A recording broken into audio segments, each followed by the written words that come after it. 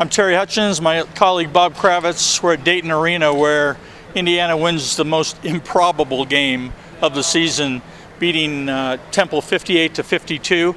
From right at this spot, right here on the floor, Victor Oladipo hits a three-pointer with 14 seconds left. Cody Zeller with a quick pass from the corner. He catches it here, knocks it down. I said it was probably, one of the three biggest shots in the last 2 years. There was Watford's three against Kentucky. There was Sheehy's baseline jumper against VCU. And then there was this one. And I mean, it's remarkable that they found a way to win. Well, absolutely, because Temple had this game at its tempo. And Temple was getting the better of the physical play. They were getting all the 50-50 balls, I thought, and really taking Cody Zeller out of his game. Cody was throwing up some pretty wild shots there on the baseline. So, Temple had this game at their speed, but IU, much like the VCU game last year, in the last 3 minutes, tightened up on the defense. They figured out what to do with Wyatt. Remy Abel played great. Victor Oladipo started really face guarding him, and they got it done down the stretch, 6 straight misses. They really were not in an offensive rhythm throughout the game. And, I mean, all of a sudden, Indiana ends up scoring the final 10 points of the game.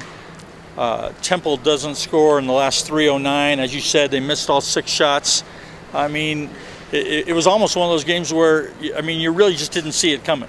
No, I thought they were in deep trouble. I was turning to you guys during the game and thinking I'm going to have to write a column about how they blew it as a number 1 seed, much in the same way that Gonzaga blew it the night before. I thought that Temple was the better team for really a good 35 minutes. 35 to 37 minutes of this game, I thought Temple played harder, played better, played more efficiently.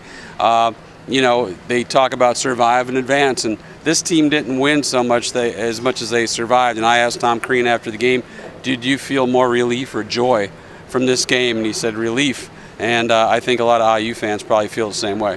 One more thing I want to touch on, that was Watford's block. With a couple of minutes to play. Temple's up 2 at the time. I mean, it brought me back to A.J. Moye and Carlos Boozer in 2002 in the Sweet 16 against Duke.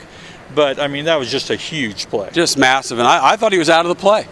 Quite honestly, I thought that he got his feet messed up. I thought he was out of the play. He gathered himself. He got on top of the ball. And then the kid missed the follow-up, missed an easy follow. So, this game could have gotten away about 30 different times. And they got a little bit fortunate, but they made their own breaks down the stretch. And look, to win a national title, you don't have to look like a national titleist every single night. And you go back and look at Tom Crean's team in 2003, they won by 4 points over Holy Cross. They won by in overtime against Missouri.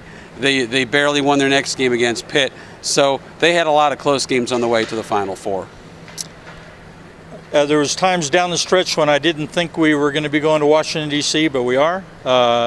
We'll be in Washington, D.C. This week.